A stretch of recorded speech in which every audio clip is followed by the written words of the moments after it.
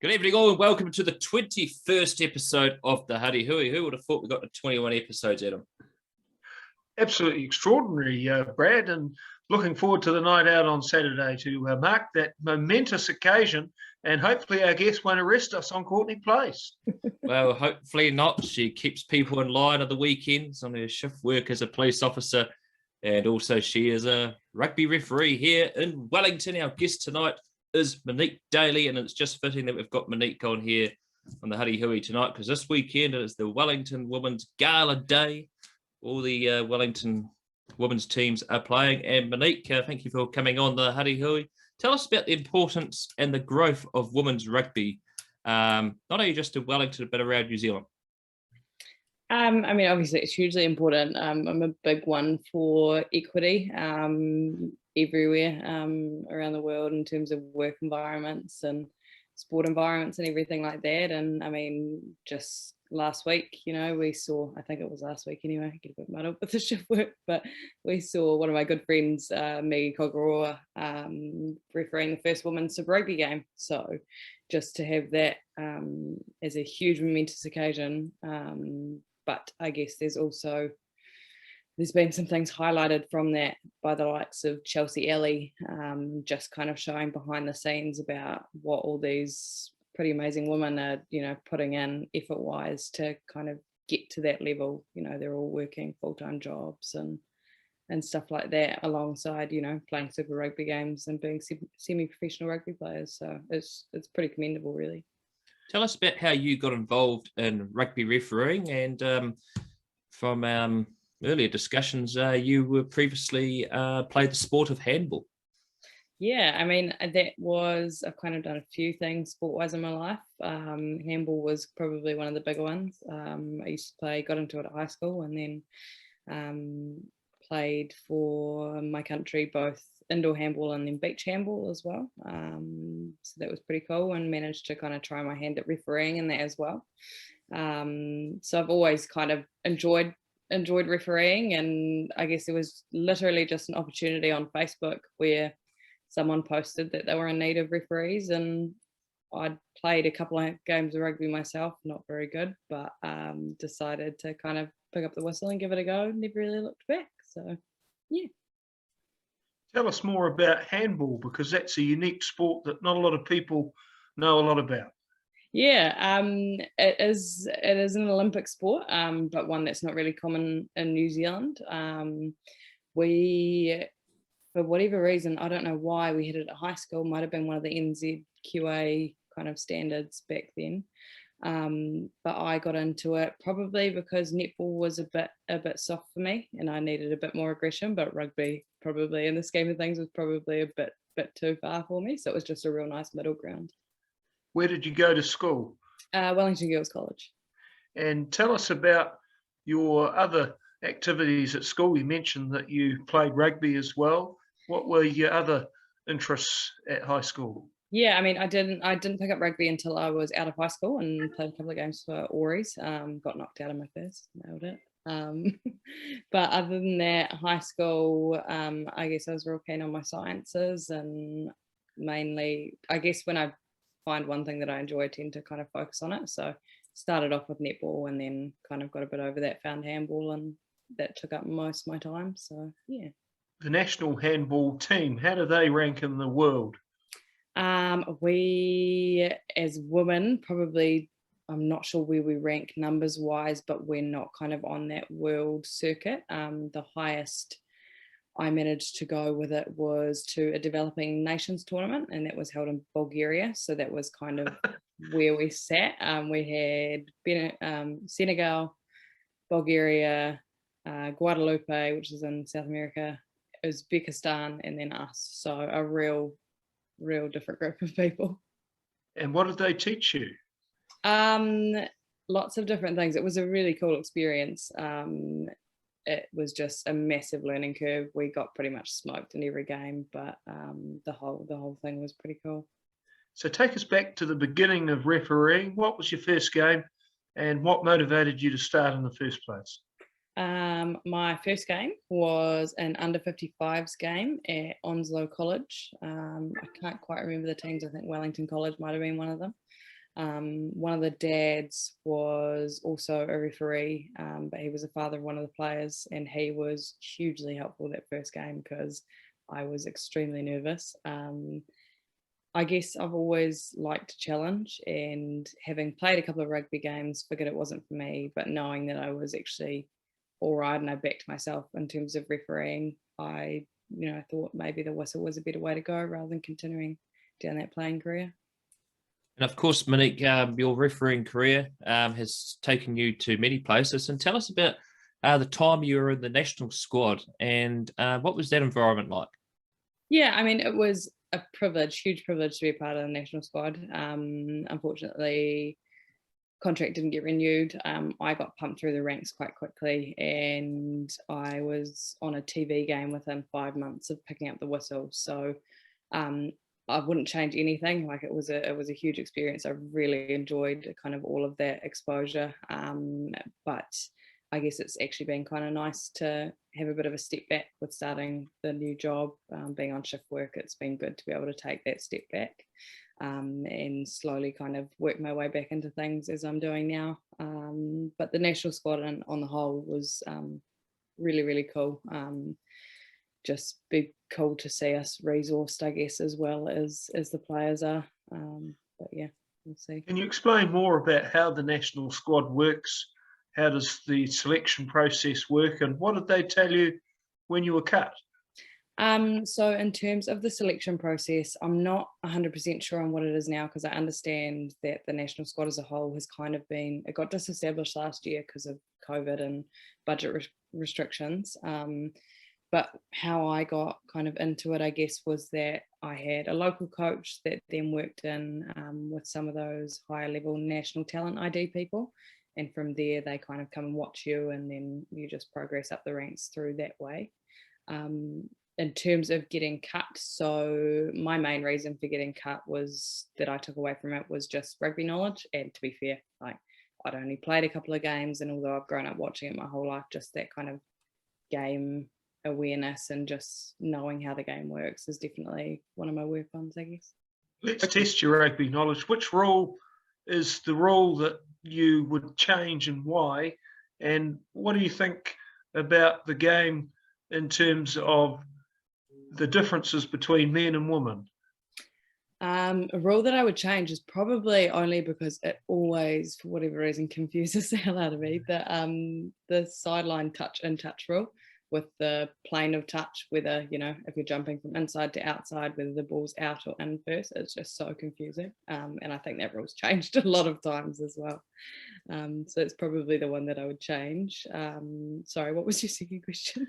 The difference between officiating males and females. Males and females. It's funny asking that. I always relate this back to a conversation I had while I was studying at university. I did a psych and crim degree, and we went to the Arahata Women's Prison for one of our trips, I guess. And the correctional officers there stated that it was much easier to be a woman in a male's prison and a male in a woman's prison in terms of the kind of respect that you get, I guess. And I've probably found that is quite true in rugby as well. I think for whatever reason, you just do tend to get a bit of better respect from the opposite sex. Most of the time, my experience with the men, they're so confused that I'm even there in the first place that they end up spending half the game apologising for calling me sir. So that's always fun. But yeah, the women probably are probably slightly more respectful of referees on the whole, not necessarily female or male, but just in general, because they're just happy to be out there, and they're grateful to be having a game and a hit around, whereas the men tend to bite back a little bit. So, yeah. So Monique, one of the duties of a referee is also safety of players, and there's the awareness around head injuries, and of course as referees you carry the blue card with you, but of course you had an enormous impact on a young man's rugby career when you came to his aid. Tell us that story. That story is coming up on probably about 18 months ago now. There was a young 14-year-old, and it wasn't actually my game that this happened in. It was one of my colleagues' sons, actually. There was a 14-year-old boy that, for whatever reason, ended up somehow on the ground. I didn't see it happen. I was warming up for my game afterwards, and he was pretty much out cold on the ground. The reason I took notice was that there were a bunch of players that had basically were pushing the referee of that game away. So I took notice of that and was pretty upset with that. Could then secondarily see the player on the ground, went down to kind of check what was going on, and Mac, who was the referee, Mac Vandenheuvel, he is also a surf lifeguard, so had some first aid awareness as well, told me that he was out, and we just kind of, it's a bit of a blur really, but just no one had called an ambulance, so I was trying to call an ambulance at the same time as speaking to them, listening to them, ended up having to do CPR because the player stopped breathing.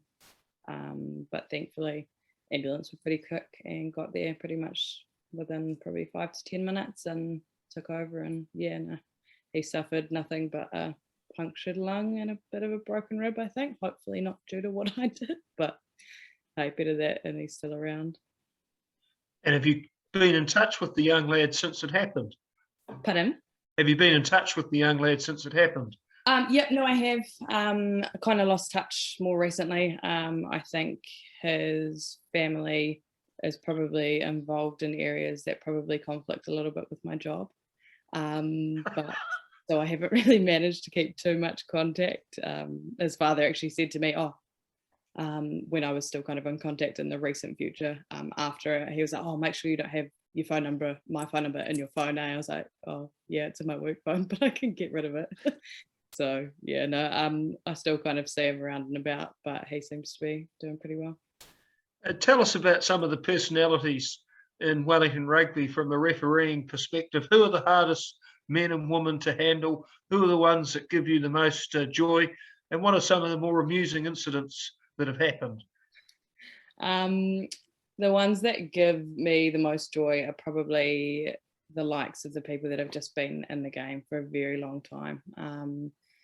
The likes of, I really enjoy kind of running around with Trevor Walker. He's a real good bugger, one of the referees that's been around for ages. Anyone like that, just people that you know really care about the job.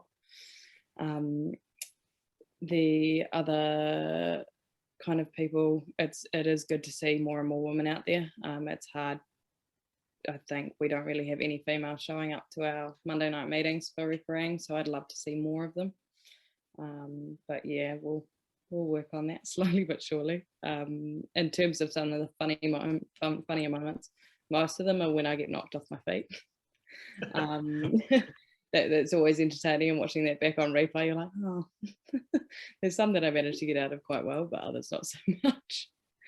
So. How do we get more female referees and more Polynesian referees too? One of the things that's always interested me in Wellington especially is the game has a huge population of Polynesian players, yeah, and hardly any Polynesian officials.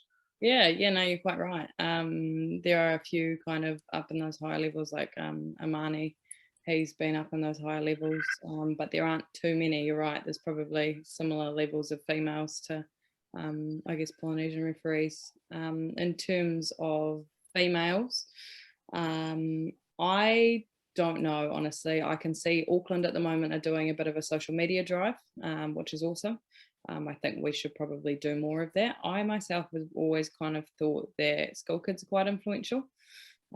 So have never been opposed or have even supported the idea of, some of us going around schools and just having a chat during their assemblies, or, there's many ways that you can kind of advertise and target the younger people, I guess, to get them in the game for a bit longer. So Monique, your job, as you mentioned before, is shift work, and you are a police officer in the Wellington region. Tell us about the police force and the challenges that come with it. And of course, you probably had some funny stories during your time as a police officer.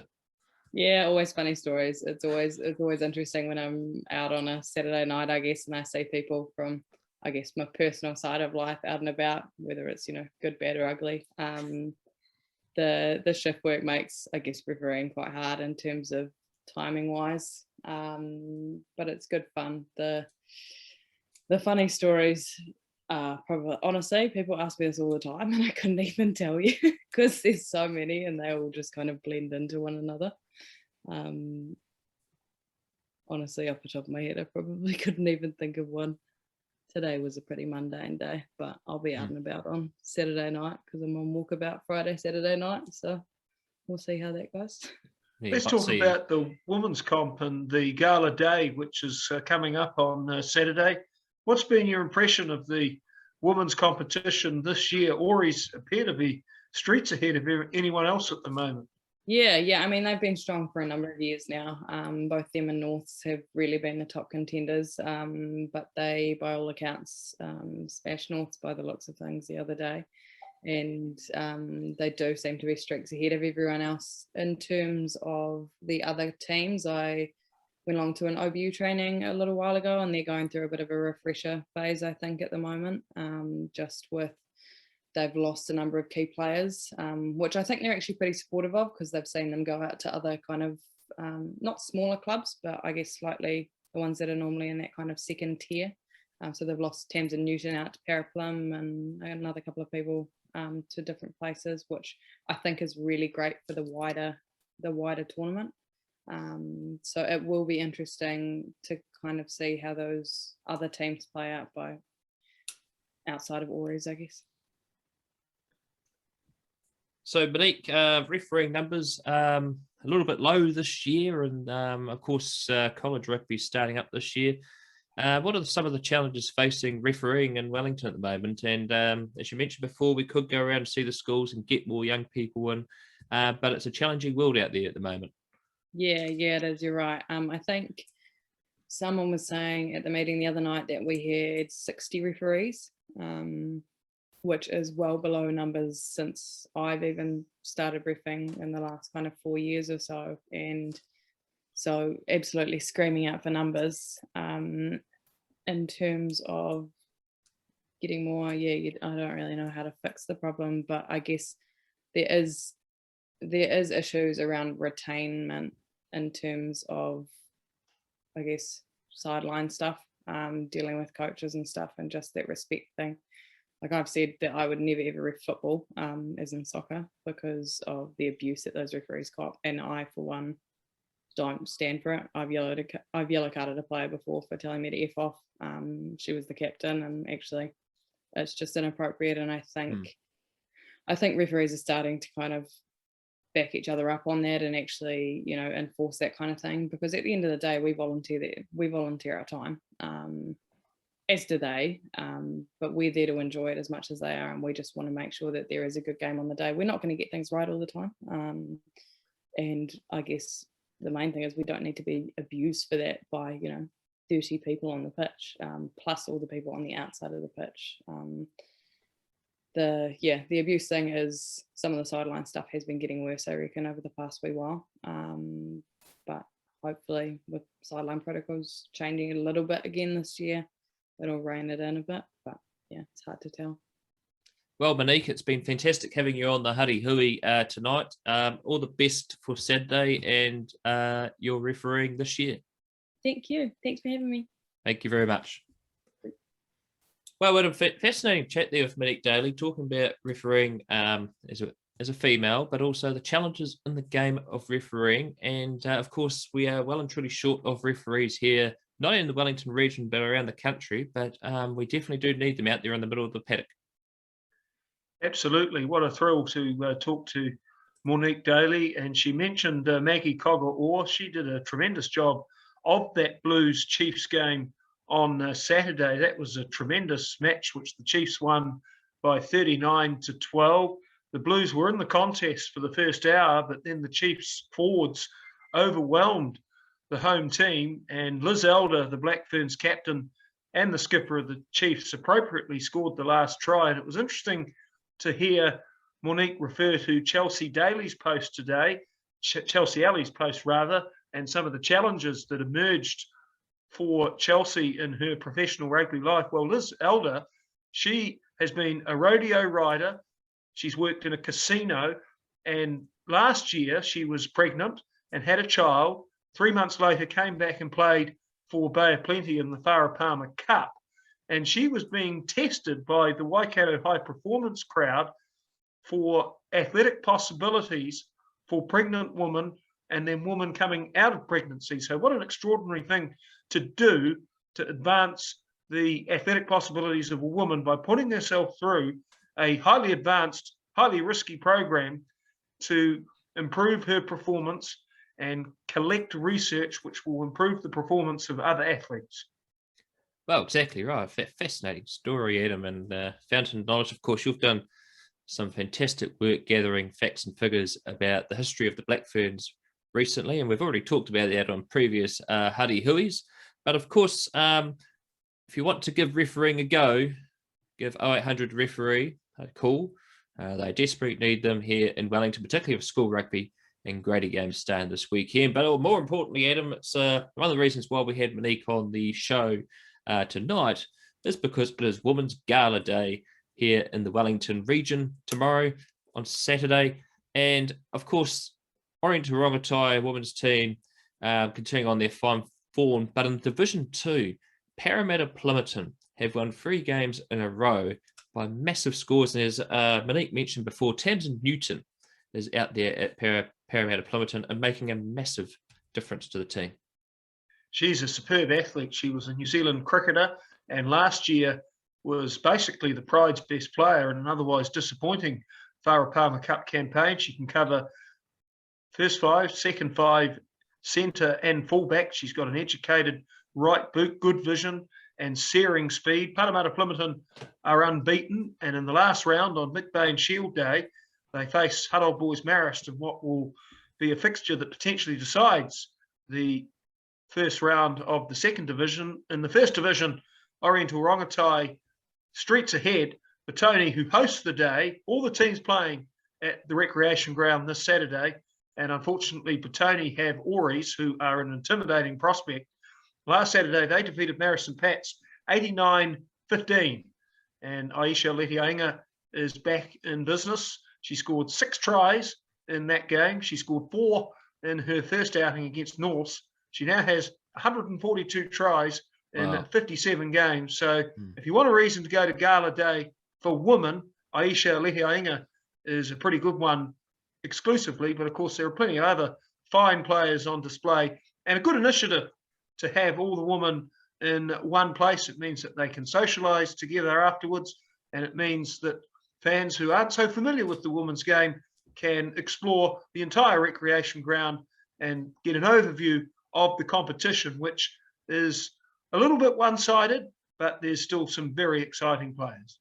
And of course, 2 massive games this Saturday in the Wellington region. One, of course, is the first 15 game, but it's round 5 of the Swindale Shield, and on Te Puko Uti Ika on the Etu Whanau footy show this weekend. Adam, you're heading out to watch the top of the table clash, which pretty much only round 5, but will certainly determine who will probably win the Swindale Shield. It's Marist St. Pat's taking on Old Boys University, the only 2 undefeated teams in the competition. One will probably lose this game, and I believe it's been played at Wellington College. It is at Wellington College, and there's a curtain raiser beforehand. The Wellington College first 15 are playing Hutt International Boys School in a grading game. Wellington College forced to qualify for Premier 1, finishing 5th last year. Hibs were in Division 2, but famously beat Wellington College 6-5 at the Petone Rec on a similar occasion in 2014. That game was scheduled to be played at Trentham, Hibs home ground. It was moved to Petone. Logan Henry kicked 2 penalty goals. Wellington College had 3 yellow cards and lost by 6-5. Unbelievable occasion that was. The Marist and Pats Old Boys University game will be a real thriller. Marist and Pats and Old Boys University inexplicably were in the Hardham Cup in 2019. They played the final. Since then, Marist and Pats have won 22 of 25 matches, beaten every team in the competition and won the Swindale Shield. And Old Boys University won the Jubilee Cup last year, and in the last 6 seasons have won 78 of 102 games and 4 Wellington Championships overall. So these two sides very much setting the benchmark in recent seasons. Looking forward to the forward battle. Old Boys University, very strong and tall in the line-outs. Marist and Pats perhaps with an edge at scrum time. The loose forwards, unbelievable in both sides. James Tuitua scored 4 tries for MSP on Saturday against Porneke, 43-8. The Reds won that game. Porneke had been very competitive in the first 3 rounds, but blown away at Evans Bay Park 7 days ago. And Caleb Delaney and Josh Gimlett, outstanding young prospects, having a very strong season for the Billy Goats. In the backs, Aidan Morgan is at first 5'8" for Marist St. Pat's. He's a Hurricanes under-20 representative. Old Boys University with a lot of experience and power in their midfield. Tewehi Wright is returning from the Bay of Plenty and producing typically strong form. And Izzy Fortress Foai is a force to be reckoned with. Interestingly, Sam Reid is doing the goal kicking for Old Boys University this year. He'd only kicked a single conversion in his entire Premier life up until recently, but he kicked 8 conversions last weekend and he scored 250 points for Old Boys University when they won the Colts competition in 2013. Marist and Pats with a lot of experience in their backline too. Ryan Setafano still delivering the goods. This will be a blockbuster contest. Not sure you can declare the Swindale Shield winner of this game just yet, Brad, but certainly it will tell us a lot about the direction that it might head.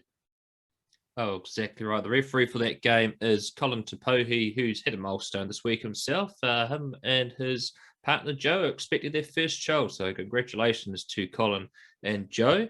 Our other game on this weekend, and this is going to be on sideline.live in partnership with Huddy Sports, is Scots College versus King's College out at Scots College at 12:30 p.m. A rather interesting tussle, this one, Adam. Of course, Scots narrowly lost to St. Kitts in the Presbyterian quad final last week, but King's College have had a rather interesting pre-season. They certainly have. They've been on a South Island tour. They were demolished by Southland Boys High School in Invercargill. Some might be surprised with that result, but Southland Boys, historically, a very powerful side. In fact, they produced 7 All Black captains, which is more than any other high school in New Zealand. Then Kings went to Christchurch Boys High School and won at Straven Road, which is historically a very difficult place to secure victory. Kings, a top rugby college, 1896 they were founded. Some of their old boys include James Parsons, Ian Kirkpatrick, and Angus MacDonald, who were all Blacks. And in 2019, Kings were national finalists. They lost to Hastings Boys High School in the decider, 27-15 in Palmerston North at the Rugby Institute. Aidan Morgan, who we mentioned playing for Marist St. Pat's, is one of their old boys. Kings were also national runners-up in 2005. They lost to Christchurch Boys High School. They've won the 1A Auckland competition 17 times and never been relegated since their involvement in that series, which stretches back over a century. So King's College will present a formidable challenge for Scots, who showed improvement from their first outing against Lindisfarne in the quad final against St. Kitts, who represent a much tougher opposition. Tima Schmidt, the towering Scots lock, is a really exciting prospect, and the fullback, Eduardo Paiano, will look to get involved and emulate some of the breaks that he made in the annual Presbyterian Quadrangular Tour. That game will be live on sideline.live at 12:30 p.m. in partnership with Huddy Sports, and I'll be bringing you that game. Well, Adam, that brings us to the end of episode 21 of the Huddy Hui, and next week, of course, round 6 of the Swindale Shield, but we might have an important episode next week to cover because there's a massive game on. The McBain Shield, it's the biggest rugby match in Lower Hutt. Petone against Hutt Old Boys Marist. It goes back to the early 1930s. Petone won a thriller last year, rallying from behind to prevail 32-24, and in one of the most epic moments of an otherwise miserable 2020, Petone celebrated wildly, as you would expect, after their victory. The Hurricanes beat the Crusaders in Christchurch to end the Crusaders' winning streak of 36 games at Amy Stadium. And then Jacob Gooch, the Petone captain, who was hauled off the field late in the first half after he collided into his own player, Yona Apaneru. He severely damaged his arm. He went to the hospital, waited 6 hours. They put him in a sling, told him to take it easy for the rest of the night. Well, he burst into the Petone clubhouse at about 10 o'clock with a morphine smirk to be arrived by the most euphoric cheer you've ever heard. They are the tales that make the Mick Bain Shield a special trophy that it is. Can't wait for next weekend. Can't wait for this weekend either. Well, it's a fantastic next 2 weekends of rugby, and we're really looking forward to seeing some thrilling games. So that is the Huddy Hui for tonight. Ciao for now.